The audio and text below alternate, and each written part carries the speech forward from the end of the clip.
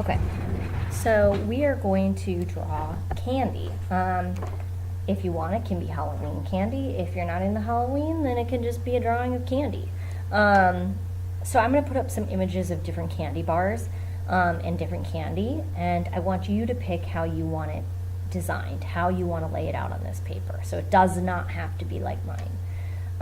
In order to figure out how to draw the candy, we're looking at what shape is it? Is it a rectangle? Is the candy bar a circle? Is it a square? Are the little candy corns triangles? Think about the basic shape.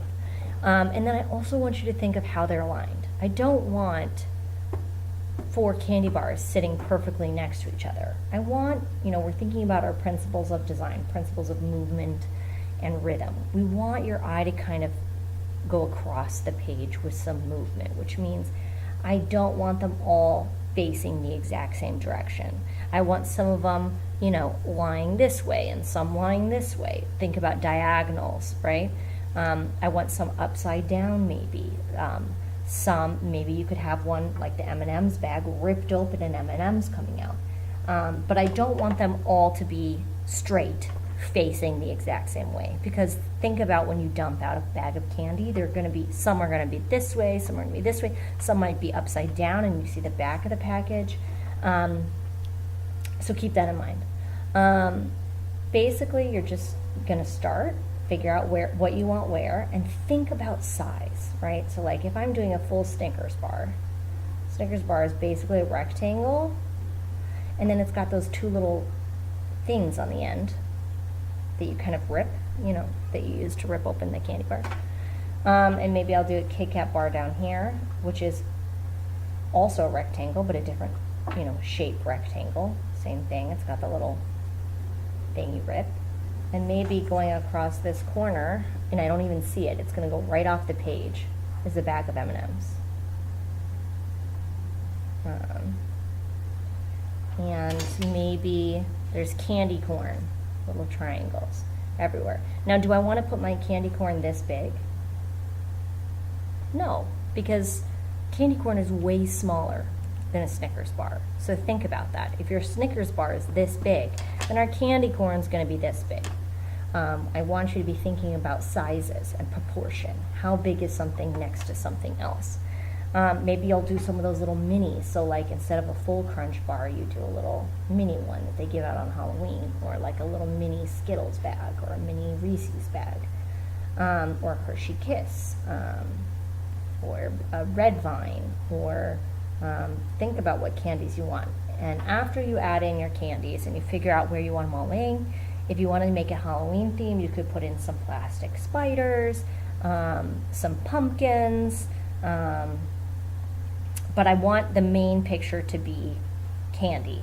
And they have to be mini pumpkins because, again, if my Snickers bar is this big, then my pumpkin would be like the whole page. So we don't want to do, this isn't a drawing of a pumpkin.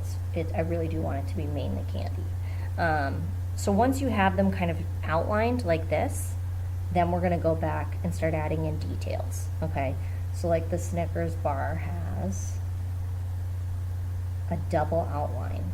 It's got a red square and then a white square in the middle of that. And in the white square are big, bold letters that say Snickers.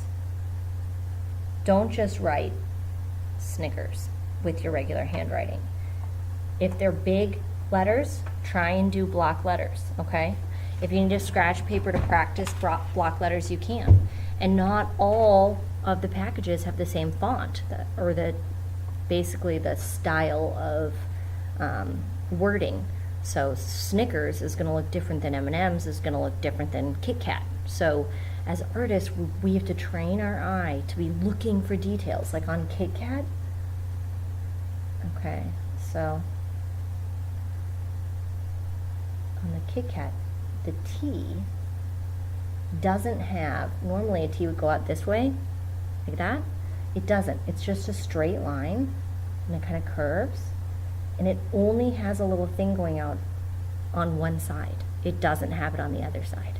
So those are the little things that we want to be looking out for and making sure that we see. So really, really catch those details. Once you're done, we're gonna outline in Sharpie. I'm gonna give you 2 Sharpies. One's a big one for all of this stuff, big. And then if you need it, like this Snickers, actually I think we can do it all in big. We're gonna do it all in big. So outline everything in this, and then we're gonna take colored pencil and we're gonna slowly color it in.